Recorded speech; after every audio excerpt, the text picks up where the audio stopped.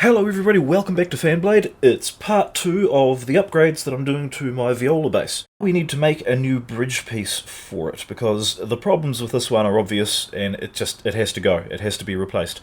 I've got some options for how I want to do it. Now, I have in the past on this channel made a Fender style bridge.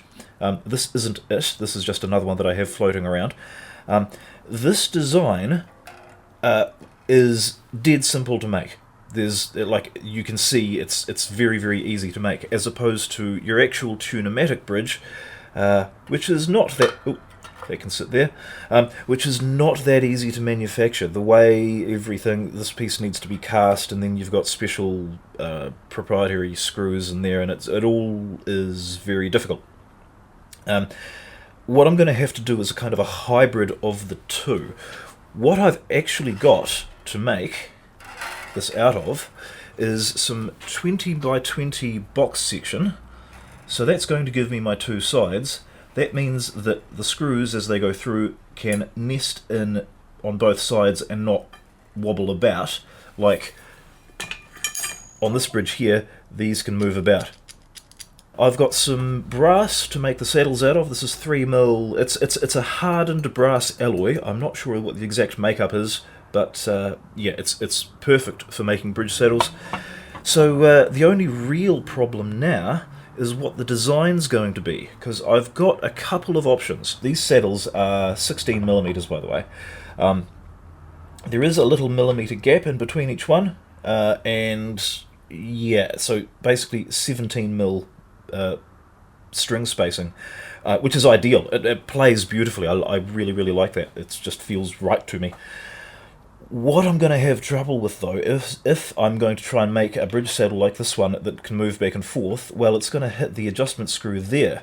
And same on the other end, it's not going to move past that screw. So, I need to decide whether or not I'm going to make two saddles a little bit shorter, or am I going to make a new foot piece and then simply move the screws out a bit. So I haven't quite decided what I'm going to do yet. I think what I need to do is actually draw this out on paper and see what the measurements are going to be, because I need to allow for things like height as well. I've only got a certain amount of height from the plate there to the top of there, and of course there's the radius on it as well. So hopefully a little sketch just to get my thoughts into line will help this to all wind up being in line.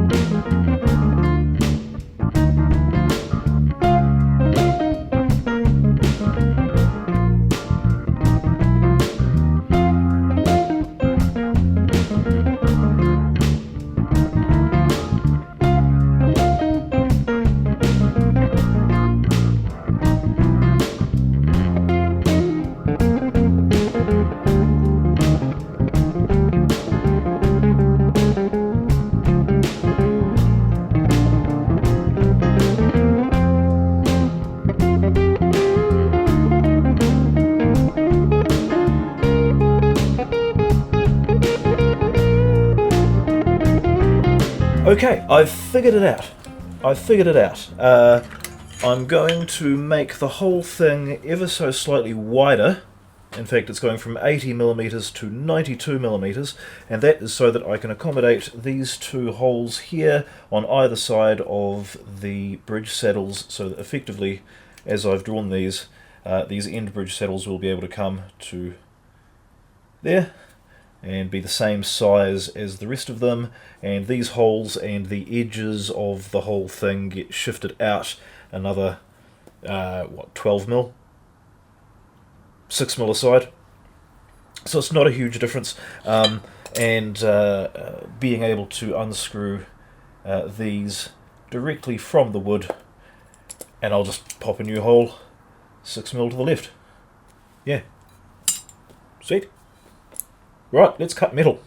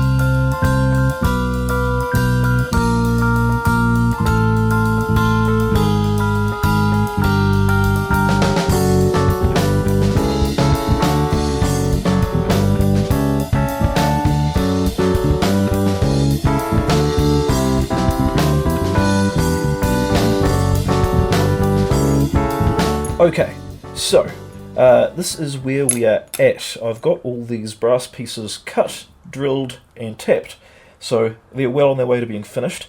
I need to be a little bit careful when I'm filing them down because I'm not terribly good with the angle grinder, and I got a little bit closer to the mark than I wanted to, so by the time I'm actually filing these off nice and square, they're going to be right on the measurements, which is 17mm each.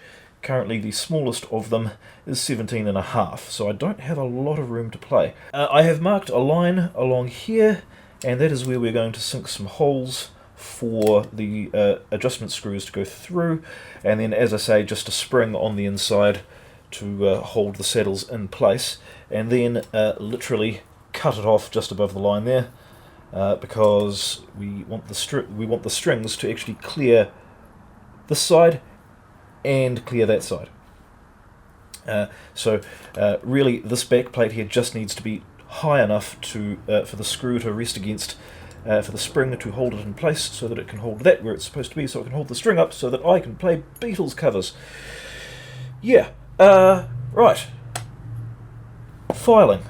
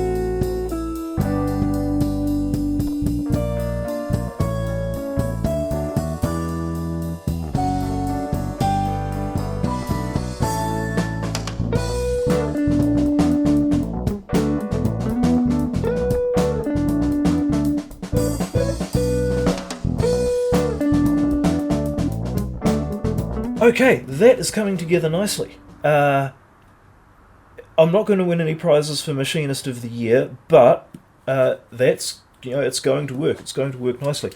The very next step is to drill the holes in each end so I can then press through the new holes for the locations on here, and then, yes, disassemble this and just start filing it and rounding all the edges off and making it all look nice and shiny and pretty. Yeah.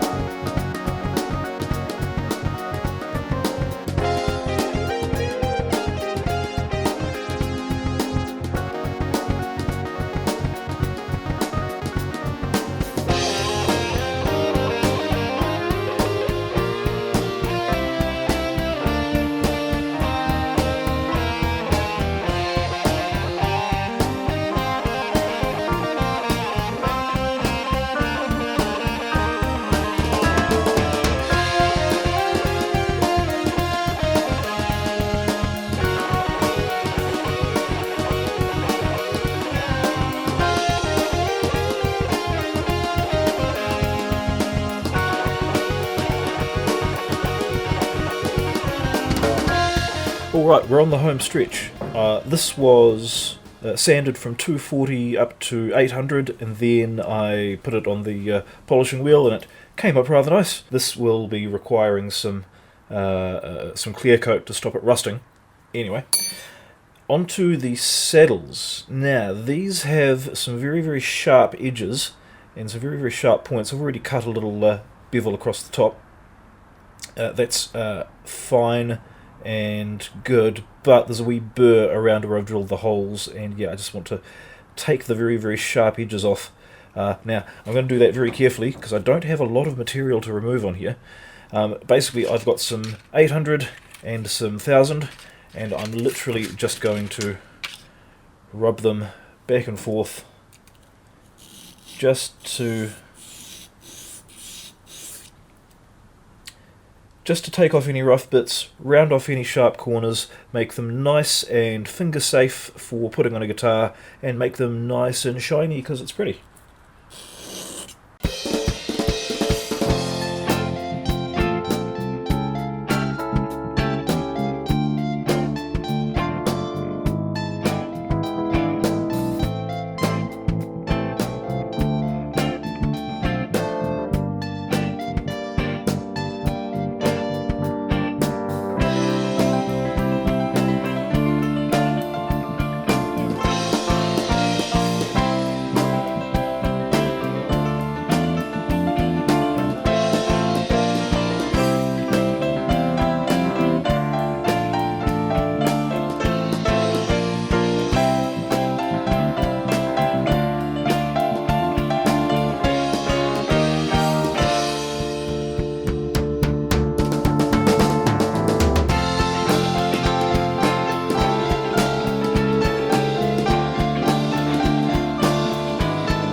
I really like that. It is not perfect. It is not exactly perfect. There's a bit of a gap there, and that saddle, yeah, which one is it? This one here wobbles a little bit from side to side. Now that's probably a problem, but I can wedge a little shim underneath the saddle to hold it in place. Once I've got the intonation set, it'll lock it down solid. So that's that problem solved. The last thing I need to do to this is actually cut some grooves in the top for the strings. I'm not going to do that until they are on the bass, and I've got a little needle file for carving that in, and that's how I'm going to get the radius right as well. Basically, we're going to do the setup like we would do any other setup. We'll adjust the height of the string when it's on the bass. So now we've dealt with the top of the bridge, and we've kind of dealt with putting new holes in the bottom of the bridge, but now I need to get this curve sorted, and that's a little bit of a mission in itself, but it doesn't take too long. Allow me to demonstrate.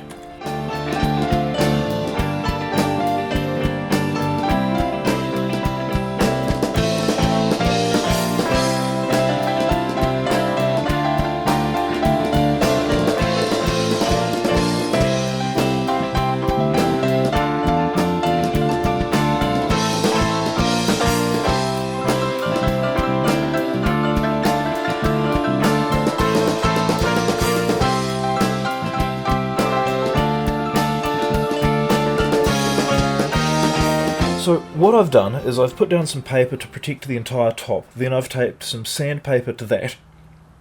Now I am working the bridge back and forth, like this, and as you can see, the only parts of the bridge that were really touching the body were the ends. So we're sanding those away, and as they disappear, more of the bridge will start to make contact. There's a little bit of dust sort of just in the centre there, but that's not what I'm looking for. I'm looking for even sawdust all the way across as the entire bridge makes contact along that curve. So we'll just keep on going until we see that.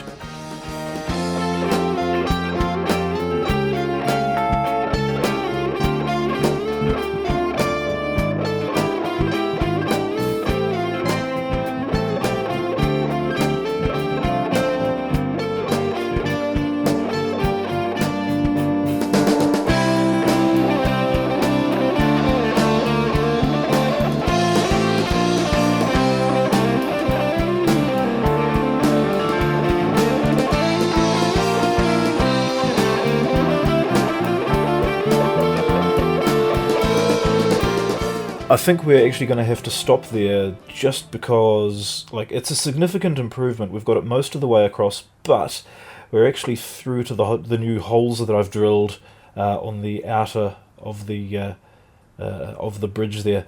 I don't want that metal post going all the way through. At the moment, it's not going to go all the way through because it's right on the very bottom of the hole.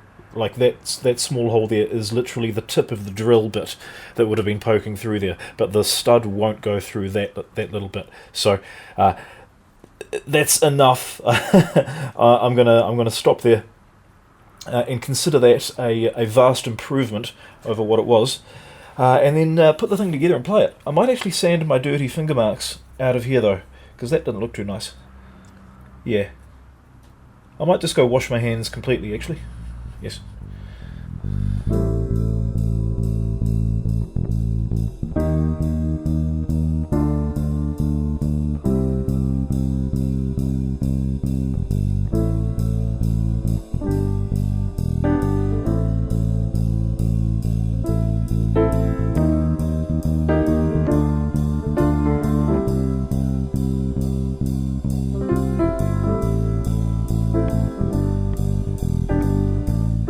Okay, so I am unfortunately seeing a major design flaw. Where I want the string to actually go, as it comes off the back, it's not clearing the screws sticking out. I actually want the string to sit there and it's rubbing up against the end of that screw, so I am actually going to have to chop those off, and as such I may as well flip the whole thing so that the screws are actually accessible from this side. Also, it's a little bit wider than the other one, and it appears to just be tilting that way ever so slightly. I don't know whether to be concerned about that or not. So, we'll take this off, cut those off, flip it all around, put it back on, and then, hopefully, I'll be able to start cutting some slots. Like I said, that one there, that saddle there is just flopping around, so I'm definitely going to have to shim underneath it, but we are in the closing stages of getting this one done. Yes.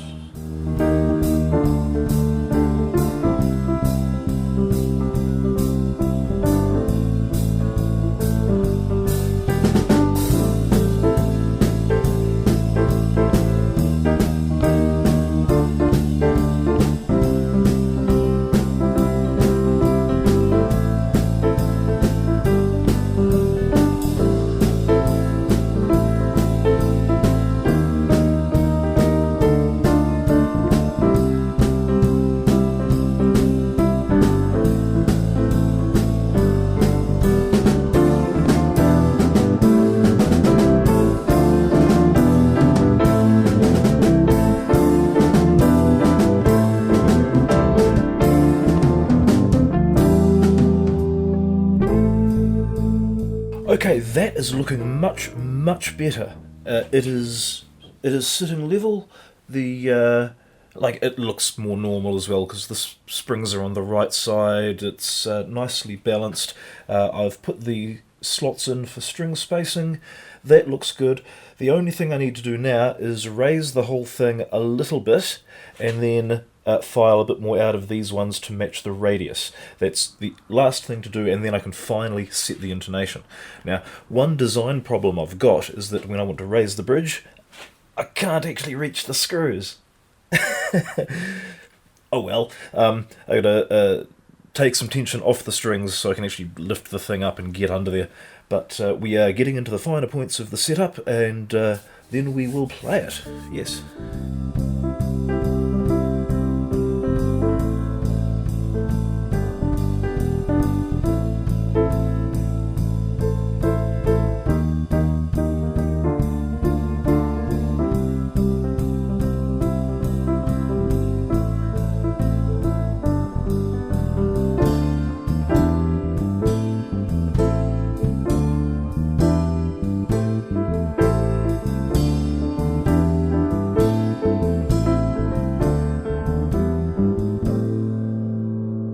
Alright, now there's two things I want to test here, and they are obviously the intonation when I'm playing up high, but also the actual tone of the thing, because this bridge will be making quite a vast difference, I would imagine. So, here is a comparison with how it sounded from last week.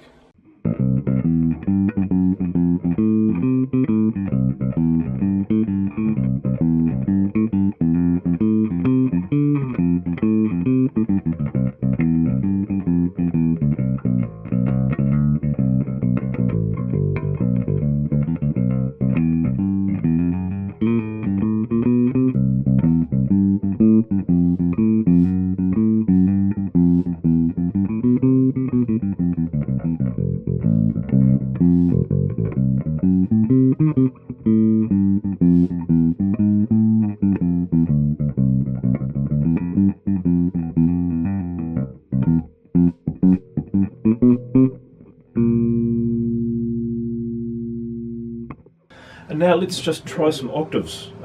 Here's...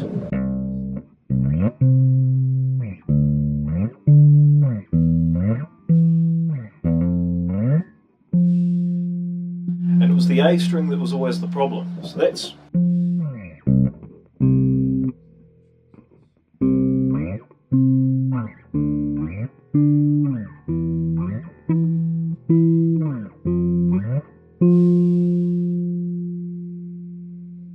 Well, aside from my snare drum rattling over there in the corner, that's a vast improvement. That's actually pretty good. Yeah. Have a jam.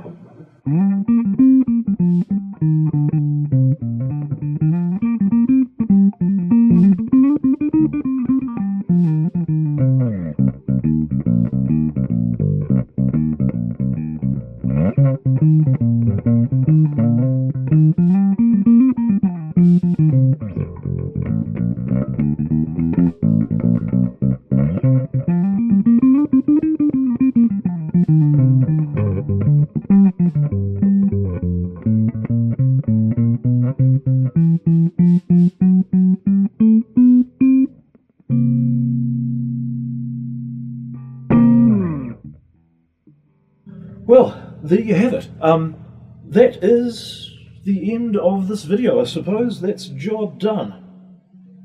Tick! I also want to thank all of my new subscribers. I've had a vast influx of new subscribers over the last week. Yeah, cool. Cheers. Keep watching. I've got plenty more stuff coming. I mean, if you could see the amount of stuff that I have lying around here to show you, it's ridiculous. I've just got to try and figure out what's actually going to be entertaining and what hasn't actually been done 15 times already. So while I figure that out, you can go back and watch some of the other videos. But in the meantime, thank you very much for watching. Thank you very much for subscribing, and I'll see you really soon. Cheers.